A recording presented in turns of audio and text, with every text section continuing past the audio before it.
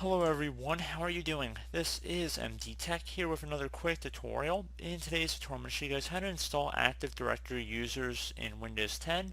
So this should hopefully be a pretty straightforward tutorial here, guys. And without further ado, let's go ahead and jump right into it. So we're going to start by opening up the Start menu. Just left click on the Start button one time. Type in Settings. Best match should come back with Settings. Go ahead and left click on that.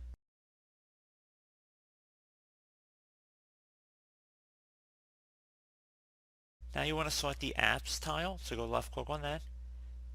Select Apps and Features on the left side if it's not automatically set default as our default landing page. And now you want to select the Optional Features button over here. Select Add a Feature. You want to scroll down in this list until you find the RSAT Active Directory Domain Service and Lightweight Directory Service Tools, and then left click on Install.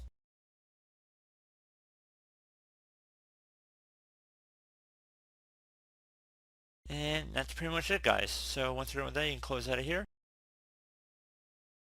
And that should be it. So I do hope this brief tutorial was able to help you guys out. And as always, thank you for watching. And I do look forward to catching you all in the next tutorial.